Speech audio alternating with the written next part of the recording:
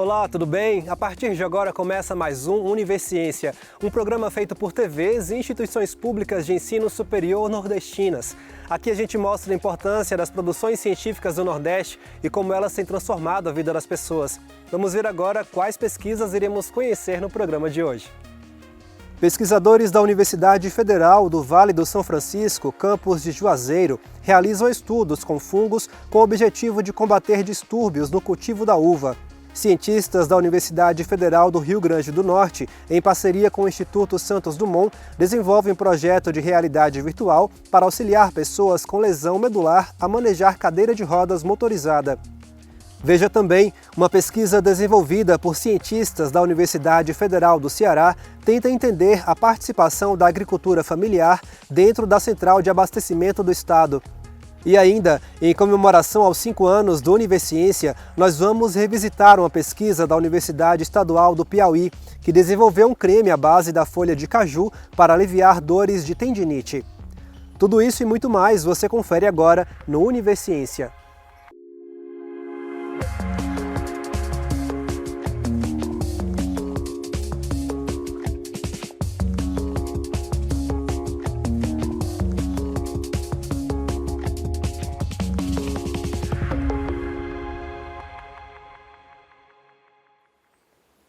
O submédio do São Francisco, localizado entre a Bahia e Pernambuco, é um polo de fruticultura no Brasil. A região é responsável por mais de 90% da exportação de uva no país. E para proteger as safras de organismos causadores de doenças, pesquisadores da Universidade Federal do Vale do São Francisco, campus de Juazeiro, realizam estudos com fungos, com o objetivo de combater distúrbios no cultivo da uva. Acompanhe.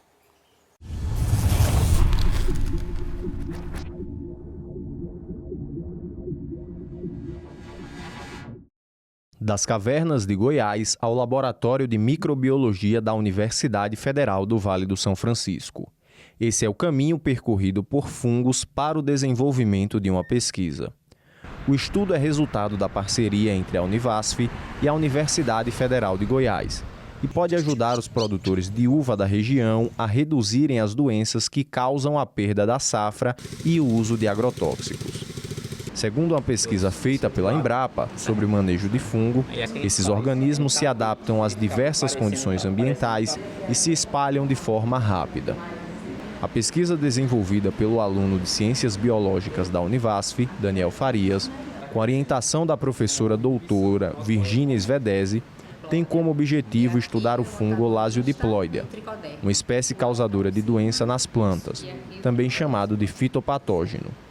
O estudo busca encontrar meios orgânicos para substituir o uso de agrotóxicos e defensivos agrícolas no combate ao fungo nas plantações de uva do Vale do São Francisco. Os defensivos agrícolas, esses químicos, eles acabam tendo algum impacto, desequilibrando esses ecossistemas. E, consequentemente, você tem um custo elevado, uma perda elevada nesses processos, e a diversidade é muito prejudicada. No laboratório, a equipe prepara 2 placas, uma com o fungo que ataca as culturas de uva e a outra com o responsável por eliminar o fungo que afeta as lavouras. Ao todo, foram realizados testes com 60 fungos de gêneros diferentes para descobrir qual tem mais força para combater a espécie que prejudica a uva. O fungo utilizado no controle biológico quer dizer que a gente não vai utilizar esse agrotóxico no meio ambiente e vai utilizar do que já acontece na natureza, que é nada mais que um fungo chamado de antagonista, que vai controlar, competir por espaço contra outro chamado de fungo fitopatógeno. Caio é voluntário na pesquisa e trabalha com outras formas de combate entre os fungos, na busca pelo desenvolvimento dos defensivos orgânicos. Minha pesquisa ela analisa o confronto direto entre um fungo e outro. Então, o que é que acontece? Geralmente a gente inocula um fungo na mesma placa de Petri que o outro e aí a gente analisa durante 7 dias esse crescimento.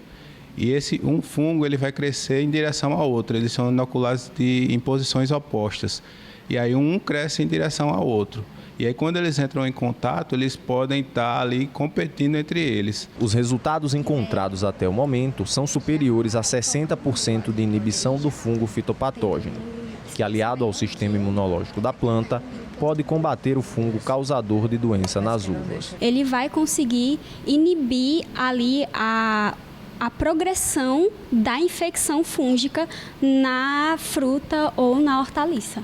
Fora do muro da universidade, a pesquisa pode ajudar os produtores do Vale do São Francisco a reduzir a perda nas safras e garantir a qualidade das frutas. Para o produtor de uvas Vinícius Barbosa, o uso de agrotóxicos pode prejudicar o cultivo. O uso excessivo de químicos e demasiado, onde vai gerar um acúmulo de alguns metais pesados na gema da uva, ocasionando a falta de vigor, a falta de vinga, ou seja, a gente poda e ela não vem como esperado, justamente pelo acúmulo desses metais pesados ou do uso excessivo desses químicos.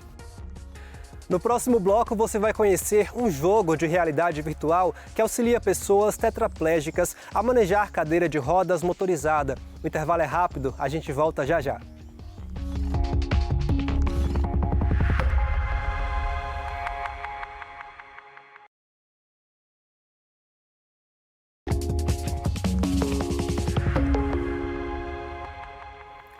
Preparar pessoas com lesão medular para o uso de cadeira de rodas motorizada. Esse é o objetivo de um jogo virtual desenvolvido por pesquisadores da Universidade Federal do Rio Grande do Norte, em parceria com o Instituto Santos Dumont. O projeto reproduz uma pista virtual com obstáculos, onde pessoas com tetraplegia podem praticar o controle da cadeira de rodas a partir do manejo de um joystick, um controle remoto adaptado, equivalente ao dispositivo eletrônico utilizado para mover a cadeira. Vamos conferir.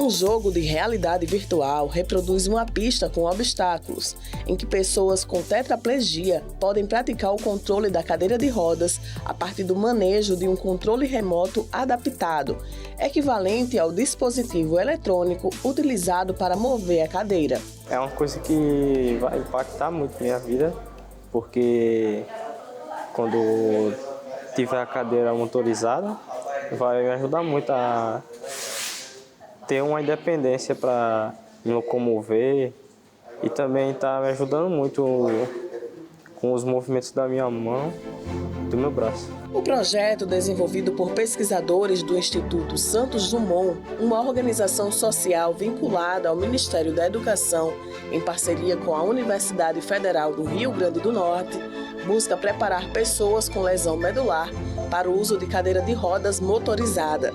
A ideia, de trazer um projeto com realidade virtual surgiu pela necessidade da clínica mesmo. Então, começamos a receber pacientes com lesão medular alta, que são os chamados pacientes tetraplégicos, que têm dificuldade de mobilidade dos membros superiores. São pacientes que, para ser mais independentes, precisam manejar uma cadeira de rodas motorizadas. E essa cadeira de rodas, ela precisa de um joystick para mexer essa cadeira de rodas. E aí a gente pensou juntar essa necessidade da clínica com a pesquisa e desenvolver jogos de realidade virtual justamente para que o paciente pudesse treinar utilizando joystick, simulando uma cadeira de rodas. A gente tem um joystick, Aí o joystick ele conecta no celular ou pode ser no computador também pelo Bluetooth. Então ele está pegando o sinal a todo momento e enviando via Bluetooth para o celular. Aí no computador, no caso no celular, ele pega esse sinal e ele processa e entra no jogo. Aí com o jogo, então, quando mexe para a direita, ele entende que vai mexer para a direita. Para a esquerda, para frente, para trás, para trás. Então, basicamente, é assim que funciona. Aí o jogo ele foi desenvolvido em Unity, que é uma plataforma para desenvolvimento de jogos. Aqui ele tem todo esse pacote, onde você consegue receber os dados via Bluetooth, você pode receber os dados via USB. Então isso facilita bastante. E a ideia foi desenvolver esse sistema computacional, onde a gente pode trazer, montar um ambiente mais próximo do real e esse paciente poder fazer esse treinamento, porque às vezes a cadeira de roda chega, ele se sente inseguro para usar, é uma cadeira de roda que tem um custo mais alto, para o SUS, e se ele não conseguir se adaptar bem, essa cadeira de roda acaba ficando em desuso. A gente fez o registro de software já do dispositivo, tá toda a equipe, inclusive o Instituto Santos Dumont e o UFRN, já que é uma coisa desenvolvida aqui. E aí, por enquanto, está assim. Aí, futuramente, agora a gente vai começar a fazer umas coletas mais rigorosas, onde a gente pode ter uma coleta do quanto tempo que ele demora. Igual agora ele consegue ter quanto tempo que ele demora no trajeto todo, né? Do início ao fim. E também ele consegue ter um feedback de quantas vezes ele saiu fora da pista. A gente tem observado que o uso do joystick tem levado à ativação muscular de outros grupos musculares, fazendo com que ele tivesse ganho de coordenação motora, destreza, e aí a gente adotou esse sistema para a nossa intervenção, nossa reabilitação. Atualmente em fase de testes, além de possibilitar que o paciente seja treinado para comandar a cadeira de rodas motorizada, os pesquisadores também apontam o potencial para favorecer a ativação muscular dos membros superiores, permitindo que o paciente alcance outras atividades funcionais. Ainda está em fase de melhorias, então não é uma coisa que a gente concretizou ainda, né? Porém, isso aqui para mim é muito gratificante, então saber que eu estou conseguindo ajudar ele, que um dia ele possa utilizar a cadeira motorizada de uma forma melhor, me é gratificante. A gente está com a ideia de tornar isso aqui um produto, né? Então a gente está tentando abrir uma startup para justamente tornar isso aqui um produto e levar mais de pessoas possível. Só que a gente tem toda essa fase de validar o produto, né? De ver se realmente aquilo está funcional e se realmente é aplicado por muitas pessoas. Acredito que seja um piloto, né, a porta de entrada para que a gente possa pensar, então, em melhorar a coordenação motora até para as cadeiras de rodas manuais mesmo, para que a gente possa utilizar como uma ferramenta de ganho funcional para escovar os dentes, pentear os cabelos, atividades da vida diária, simulando um ambiente real.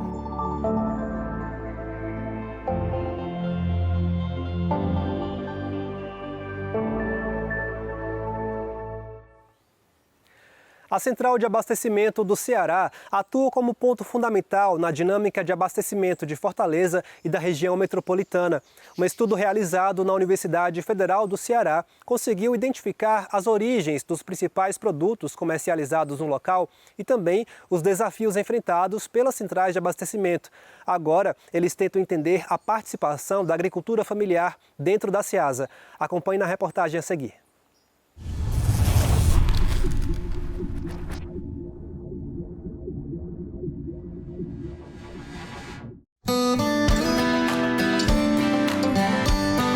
Meu nome é João Paulo, eu venho aqui para a Ceasa 2 vezes por semana, que a gente comercializa tomate, pimentão, batata, pepino, abacate Betânia, quintal.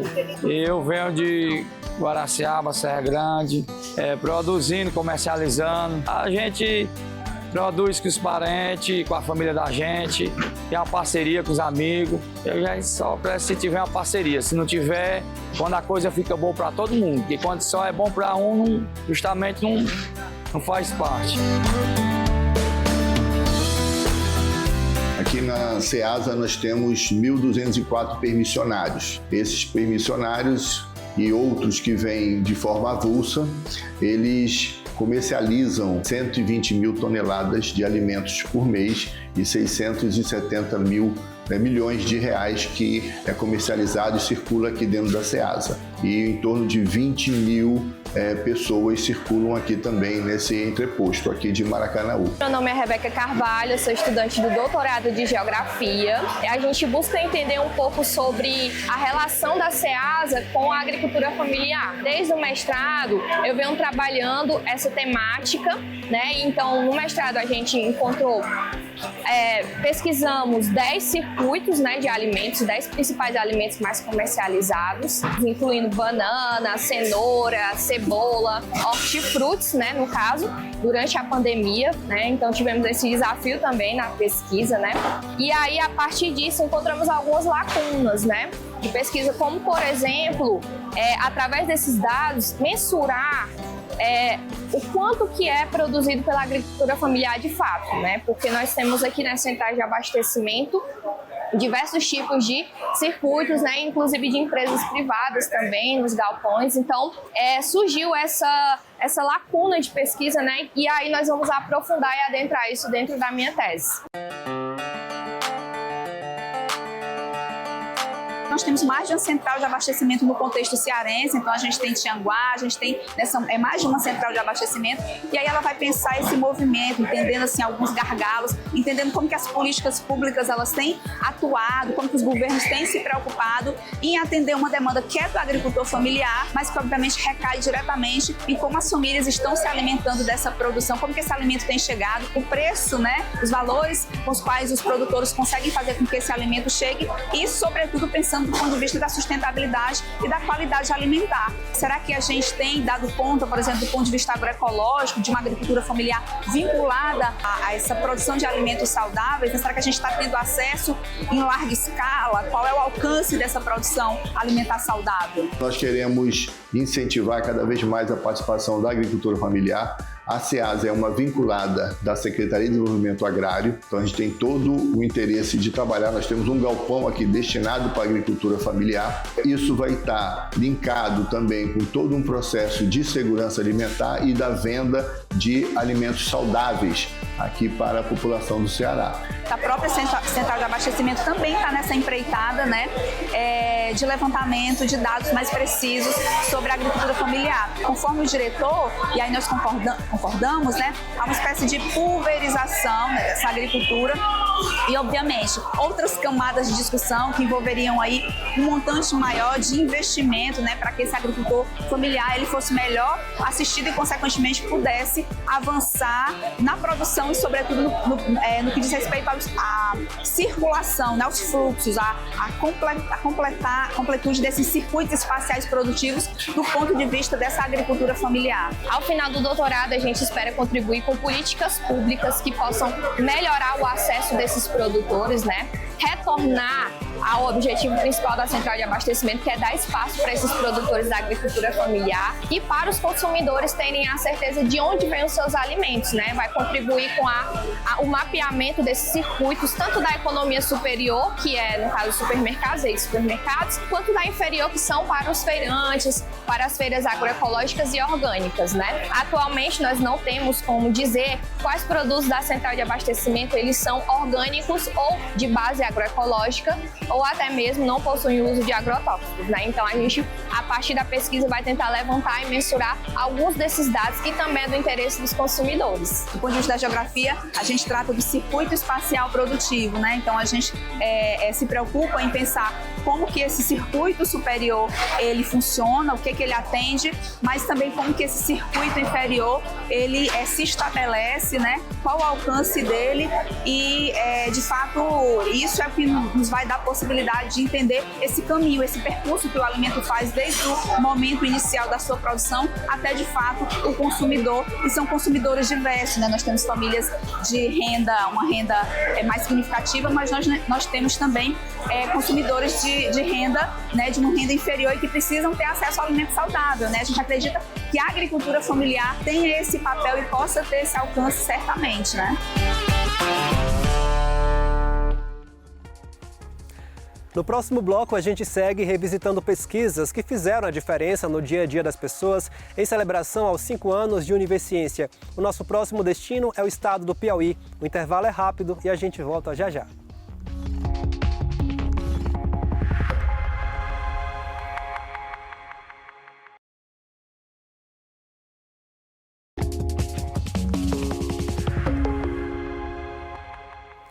O Univerciência continua celebrando seus 5 anos de popularização da ciência. Durante essa temporada, estamos revisitando algumas pesquisas já apresentadas em nosso programa. Hoje nós vamos mostrar que pesquisadores da Universidade Estadual do Piauí desenvolveram um creme à base de folha de caju, que possui propriedades antioxidantes capazes de auxiliar no alívio das dores da tendinite. Esse estudo foi apresentado no ano de 2022 em nossa 3ª temporada. Acompanhe.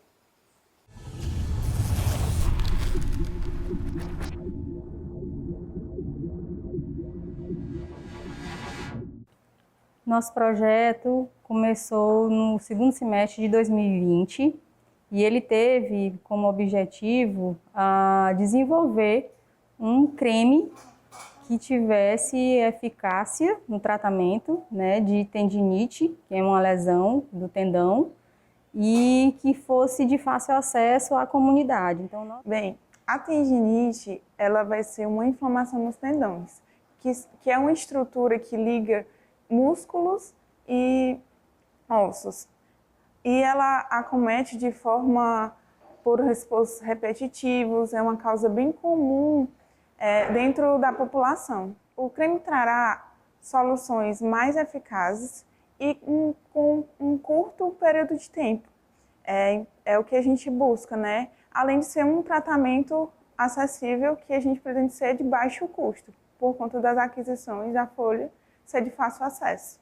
Os projetos aqui do Núcleo de Pesquisa, eles são sempre, né, nessa linha do tratamento eficaz e de baixo custo, muito acessível à comunidade. E a folha de caju, porque já na literatura consta que a folha possui substâncias que promovem a desinflamação, né, desse quadro de tendinite, é antioxidante. Então, ele tem propriedades muito boas para que se chegue a um creme, né? No caso a gente encontrou foi um creme que que traga esse resultado, um resultado de tratamento rápido e de baixo custo. O que a gente fez? A gente pegou as folhas, tá, de um cajueiro específico, então foi da mesma árvore, colocamos para secar. E a secagem ela tem que chegar até o ponto da folha estar craqueladinha. Ela foi pulverizada, né? Foi colocado num liquidificador industrial e foi pulverizado. Depois que pulveriza, é colocado dentro desse pozinho álcool, tá? Álcool 70, porque aí é uma substância hidroetílica, e para poder depois ser filtrado. O filtrado que passa por um equipamento que a gente teve colaboração com a Universidade Federal do Piauí, para passar por um aparelho chamado rotaevaporador, para sair dali só o extratozinho bruto mesmo da folha do caju, para que fosse adicionado a um veículo. Veículo pode ser um gel, pode ser um creme, e a gente testou vários veículos e o creme foi o que foi melhor, né, para a utilização desse tratamento. Então, é um creme dermatológico à base da folha de caju para tratamento de tendinite. O Universiência de hoje fica por aqui. No próximo programa, traremos mais pesquisas inovadoras para a gente conhecer o que tem sido produzido nas instituições públicas de ensino superior nordestinas. Caso tenha alguma dúvida ou sugestão, envie um e-mail para universiencia@uesb.edu.br que a gente te responde em um próximo programa. Obrigado por sua companhia e até mais.